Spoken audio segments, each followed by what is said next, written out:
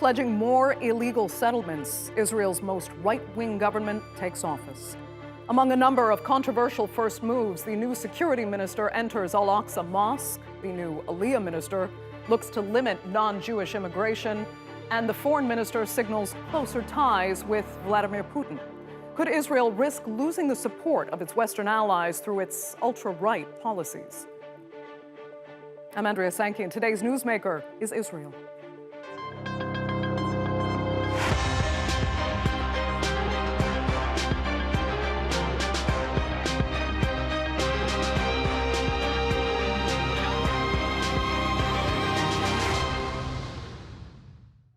Its new government was inaugurated just a week ago, but already proposed policy changes are reaping backlash both domestically and internationally. Palestinians had what some called one diplomatic victory when the UN General Assembly voted to ask the International Court of Justice for an opinion on the legal status of Israeli occupation. Israel called the vote disgraceful, but any ICJ opinion would be non-enforceable anyway. The country has violated many UN resolutions before without penalty, but with this new, ever more antagonistic right-wing leadership, can the world afford to keep ignoring Israeli violations? And might an ICJ ruling critical of Israel make siding with Benjamin Netanyahu a true liability? Condemned by Israel and welcomed by the Palestinians, the United Nations General Assembly passed a resolution asking the International Court of Justice provide an opinion on Israel's occupation, settlement, and annexation of Palestinian territories. Draft Resolution 1 is adopted. In his part, Israeli Prime Minister Benjamin Netanyahu called the vote despicable. Like all the hundreds of distorted decisions against Israel passed by the General Assembly of the United Nations over years, also the despicable decision just passed will not bind the Israeli government. The Jewish people are not occupiers on their own land, nor occupiers in our eternal capital Jerusalem, and no UN resolution can wrap that historical truth.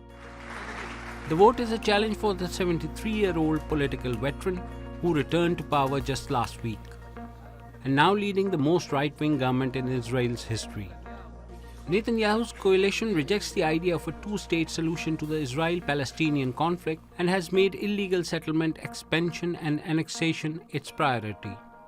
We are going to have the most racist government that was ever we ever had in Israel. This is a government that is based on people that not only they are racist, a great deal of those people have criminal records in their history. Some of them are standing on trial, including the supposed to be prime minister. And this is a government which is composed of a group of criminal people. His cabinet includes Itamar Ben-Gvir, a politician with a history of inciting racism, who is now the country's national security minister. And he started off his first week in office by entering the compound that houses the Al-Aqsa mosque in occupied East Jerusalem, where only Muslim worshippers are allowed. A move Palestinians have called unprecedented provocation. People weren't allowed in, which shows how fearful they feel. And at the same time, it's a challenge to the Muslim community, the international community, and to the Prime Minister of the occupation. The UN marked 2022 as the deadliest year for Palestinians since the Second Intifada. At least 150 people have been killed, and with Israel's new government sworn in, it is likely to get worse. And the Palestinian hopes of statehood appear as distant as ever. Well, joining me now to debate where this far-right government could take Israel's relationship with the Palestinians as well as with the international community are, from Hebron, Palestinian human rights activist Issa Amro. In Washington, we have Miko Peled, also a human rights activist and the author of The General's Son, Journey of an Israeli in Palestine. And from Tel Aviv, Israel's Deputy Foreign Minister, Danny Ayalon. He's also Israel's former ambassador to the United States. Thanks all so much for being with us. Miko, I'll start with you. A lot has happened in a short time since this government took power. Some of it we've mentioned already. Tell us, though, what's actually disturbed you the most. The thing that's most disturbing, I would say, is that Benjamin Netanyahu took one of the most racist thugs that exist within the framework of the Zionist political world, and gave that person the key to one of the most sensitive positions, which is internal security, or what is called now national security. And this man who has been given these keys is Itamar Ben-Gvir, who believes that murdering innocent Palestinians is an act of heroism. So it's not like Israel hasn't had war criminals who have murdered thousands of Palestinians already. I mean, Benny Gantz and such. But the kind of politics that Ben-Gvir brings to the table is what we already saw this morning when he walked onto the Al-Aqsa compound trying to create provocation. And he and his people on the ground, you'll hear more from Issa as he describes him even better than I because he knows him. These people are going to terrorize the lives of Palestinians, and the international community is now in the process of demanding that Israel provide guarantees to the safety and security of the Palestinian people. Okay, Danny, is this appointment of Itamar Ben-Gvir something this government will come to regret? And do you think as well Ben-Gvir's visit to the Al-Aqsa mosque, is it consequential, or, I mean, was it expected, and will it be forgotten? Yeah, very good. Well, first of all, about whether it will be a calamity with this appointment or not, yet to be seen. I wouldn't jump the gun as did Mr. Peled did. Maybe he has a crystal ball. I don't. The fact that he takes upon himself to be the spokesman of Mr. Ben-Gvir is, I would say, quite astonishing. But I think, in my mind, he lost me and lost all credibility when he actually compared and put on the same sentence Mr. Ben-Gvir and Mr. Gantz. The only thing I can say about Mr. Peled is that I'm very proud that as an Israeli, Mr. Peled is an Israeli, I believe, whose father was a very distinguished general who held actually all the military achievements of Israel until now, that he can speak so vehemently against Israel, its people, and its government. That shows you what a true democracy is.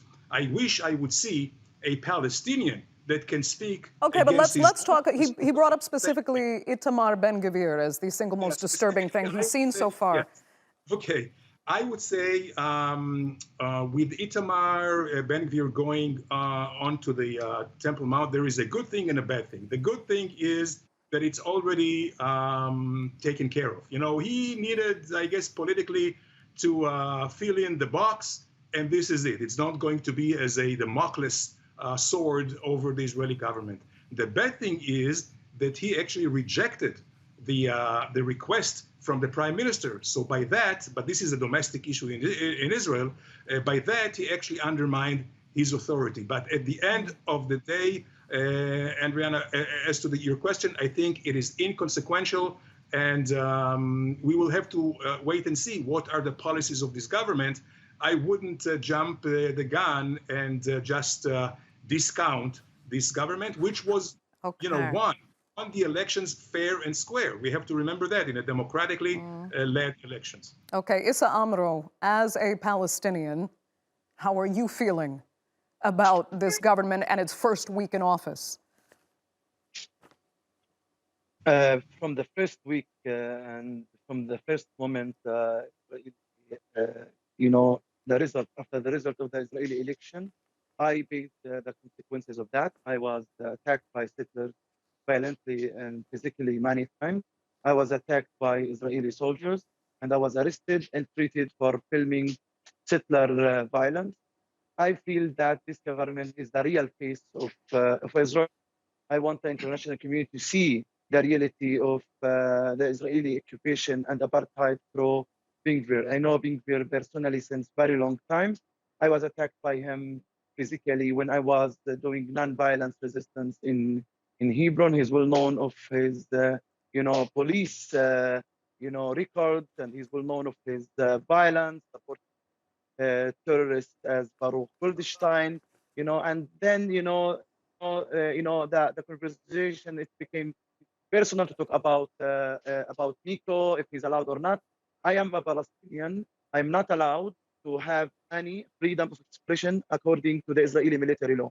As a Palestinian, I live under the Israeli military law, and everybody else around me in H2 in Hebron, who are the settlers, they live under the Israeli civilian law. So we have two sets of law in the same area. And now the Israeli government, the current Israeli government is talking openly that they are talking about one state solution, that Israel is from the river to the sea, and Israel is only for the Jews, unfortunately, to say that. And we as Palestinians, or whatever they call us, Arab, we don't have any equal rights. So we are talking about equal rights, but they don't want us to do that. Something else very important, being police records from the past tells us what will be the future. You know, breaking into the Al-Aqsa mosque and that kind of provocation, it's only at the beginning of the current government. It's only a small signal of where Itamar Ben-Gvir, Smotrich, and Netanyahu are taking us. They were the ones who are controlling the West Bank, the settlements. They were the main, power. Now they are the lawmakers all over, the occupied territories, and even in East Jerusalem, and even they are influencing the other Israelis. And nobody is giving us a right or to have a free speech. It's according to the international law. Miko, I mean, is this, as Issa sees it, the beginning of worse to come? And if we look at the images of what's happening now at Al-Aqsa Mosque, do you foresee the status of Al-Aqsa actually changing to allow for Jewish prayer? Well, there are two things. In terms of the life of Palestinians, Palestinians have been living under a brutal regime for over 70 years, and as a result of the Zionist occupation of their country. Now, they have been killed, they've been displaced, they've been tortured, they've been arrested, across the board.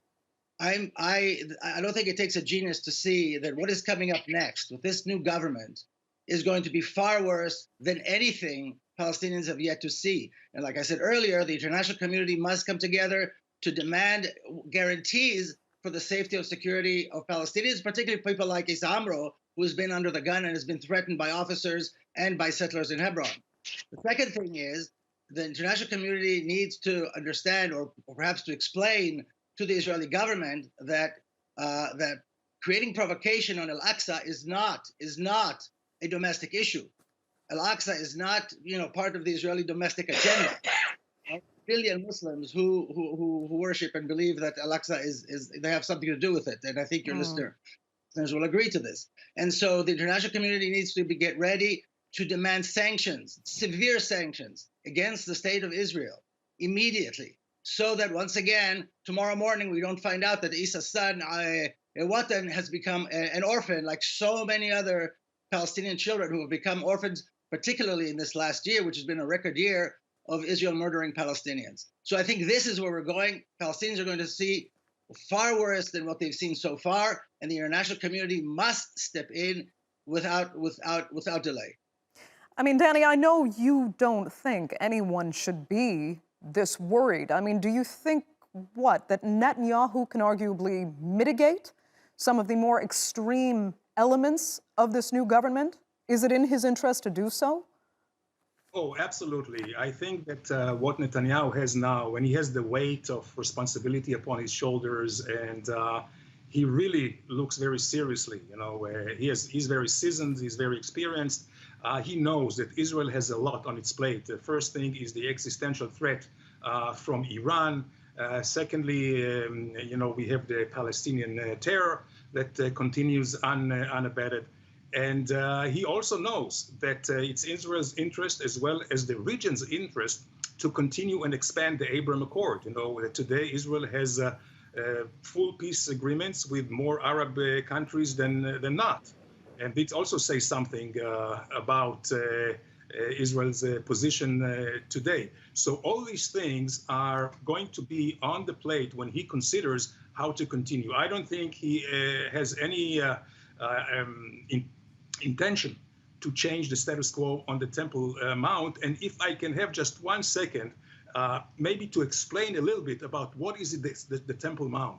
The Temple Mount is the holiest place for Judaism for the last 3,000 years. Now, when a Muslim, and rightly goes to Mecca, that's a duty for a devout Muslim. It's a duty for a devout Jew to cherish Jerusalem and to cherish the Temple Mount. However, Israel has agreed that there is a status quo there, and we're not going to change politically the status quo. But it has to be understood by everybody that for a Jew to come to the Temple Mount is not something which is an offense, and it shouldn't be an offense. Just as Muslims can go to the Temple Mount and pray, so can Jews do the same in their own home for much older and longer than anybody else and any other religion. So I think this has to be put on the table.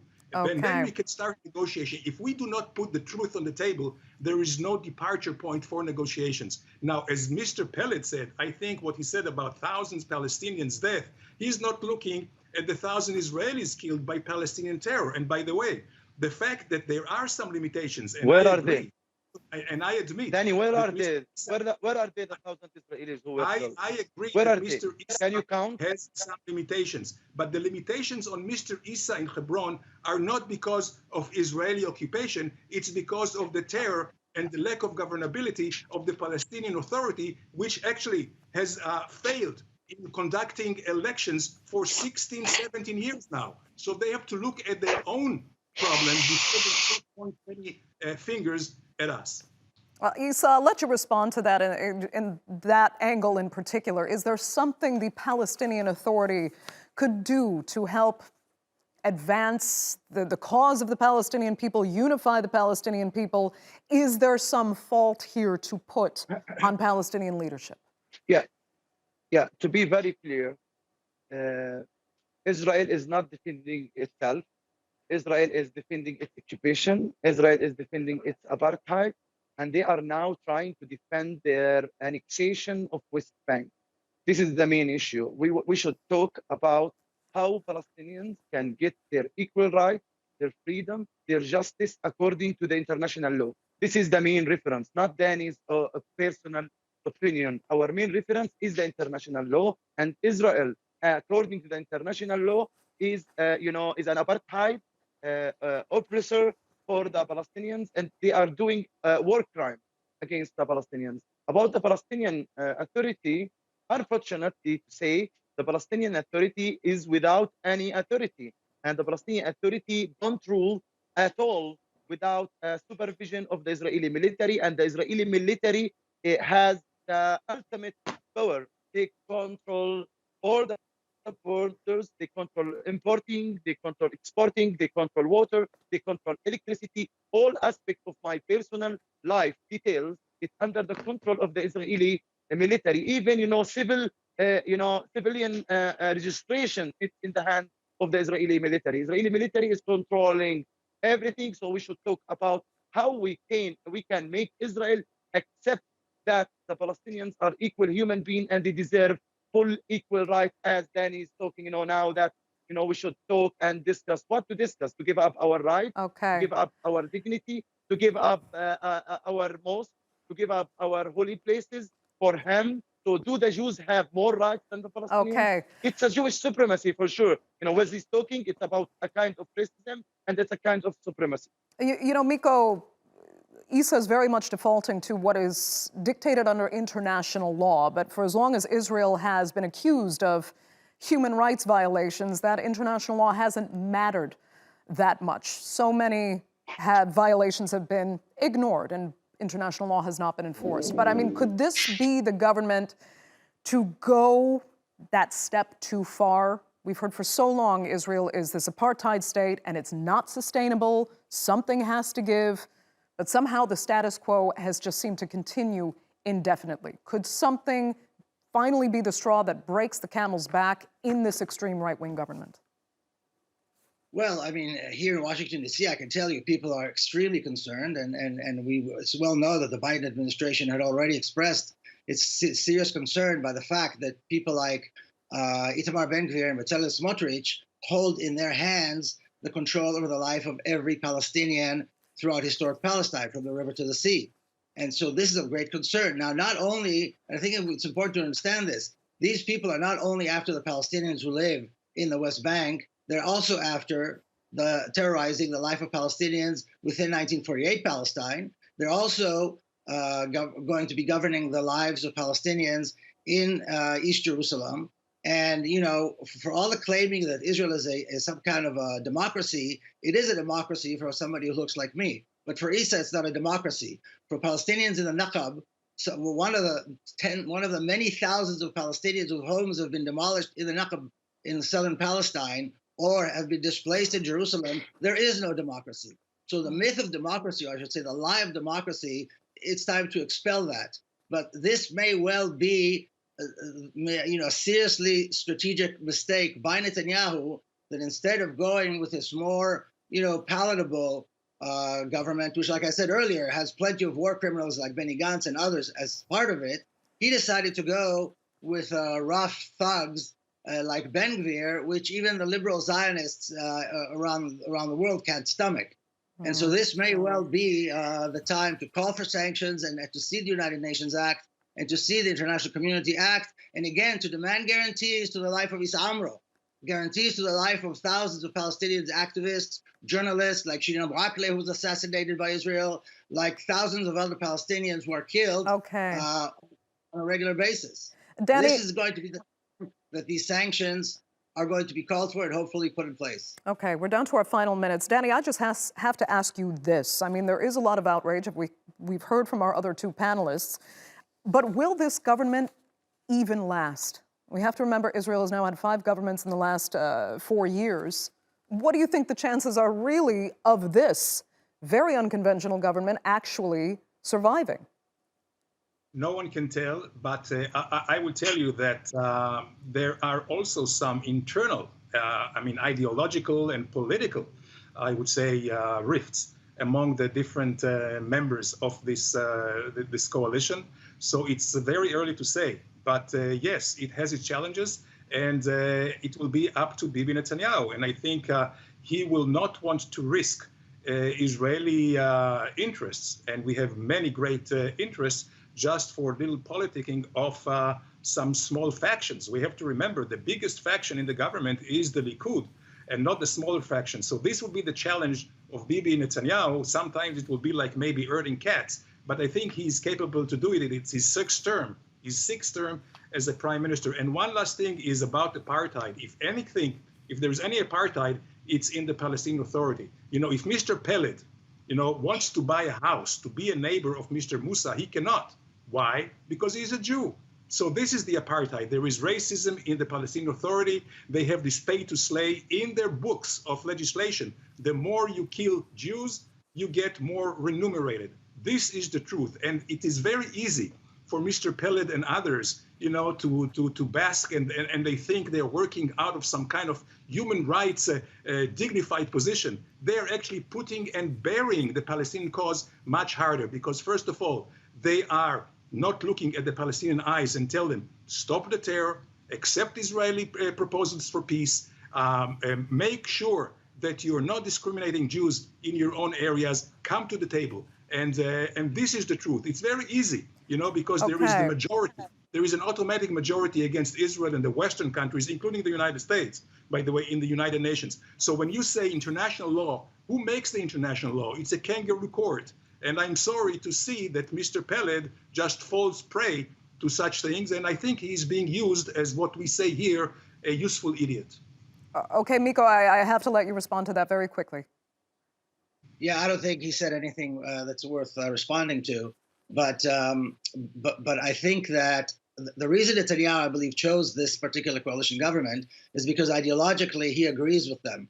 Their methods are more thuggish, and he likes to present himself as, some kind of a statesman. And by the way, the fact that he's had to build 6 coalitions in almost 6 years, or however many it's been, does not show any strength whatsoever. It just shows how fragile and brittle, the state of Israel is. But I'll say this, and I'll say it again. The issue of the lives of Palestinians, providing safety and security for Palestinians from the ongoing terrorism by the state of Israel and the Israeli army, is something that has to be brought front and center to the international community, and immediately, because I'm telling you right now, there's not a day goes by that I'm not worried for my friend Issa Amro and for the fact that his son might become an orphan tomorrow. And that's really all there is to say here. Miko, very quickly, are you expecting, though, another election sometime soon? Well, I don't think there's any reason. I mean, Netanyahu's got a comfortable majority. He's got the people that he likes, who obviously, follow his own ideology. I don't think that they will stop at just operations on the Al-Aqsa compound that we've seen. I think they're going to try to build a temple there. It is well known that these people have a goal of destroying Al-Aqsa. And so I think it's time to come out of this, the mask of this peace-loving Israel, which, by the way, Netanyahu already said peace is not his strategic objective, but applying Israeli sovereignty on all of historic Palestine. He said that is the main pillars of this government. Okay. And so the reason why it won't, unless the international community, of course, steps in, and then this will be another story. Miko Peled, that will have to be the final word. Unfortunately, we're completely out of time for this edition of the Newsmakers. I'd like to thank all three of my panelists so much for being with us. I apologize to Issa for not getting some final thoughts there, but that is all the time we have. And thanks to our viewers as well. Remember, you can follow us on Twitter, and do be sure to subscribe to our YouTube channel. I'm Andrea Sankey. We'll see you next time.